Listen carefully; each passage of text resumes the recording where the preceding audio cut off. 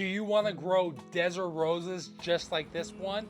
Well, in this video, I'm going to show you how all my desert roses are in full bloom and give you a part 2 of my desert rose tip series. So let's garden on. So I want to be transparent to one of the reasons why I had success in growing desert roses. I use a slow release fertilizer. This is called Osmocote. It's not organic. Now, most of the time I garden organically when I'm growing food, but when it comes to desert roses or other flowers, I want a slow release fertilizer. So I add fertilizer about once every 6 months. I just grab a handful like you see here and just kind of like sprinkle it into the pot. But to know the exact amount of fertilizer you should add to your plant, always read the back of the bag. The next thing I want to point out is that you shouldn't always be alarmed if some of the leaves on your desert roses are turning yellow and falling off.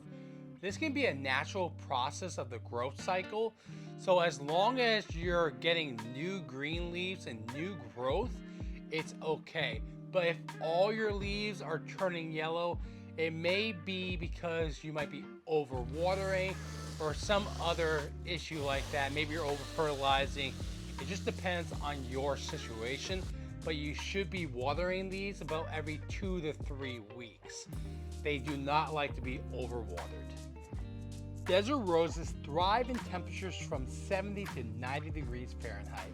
But when temperatures start to reach 100 degrees, that's when you should start protecting your plants. They can really stress out if you have them in the full sun at 100 degrees Fahrenheit. So right now I'll have my desert roses in partial shade, and I want to monitor the soil levels to see if they're moist or not. If they're super dry, I want to go ahead and water. So just keep an eye. That 2 to 3 week point that I mentioned earlier is more like a guideline.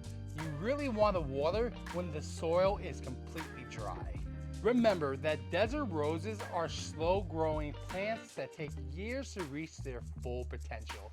It takes patience and consistent care to keep them healthy and thriving. If you found any information in this video helpful, please consider leaving a like and subscribing for more gardening videos. Thanks for watching.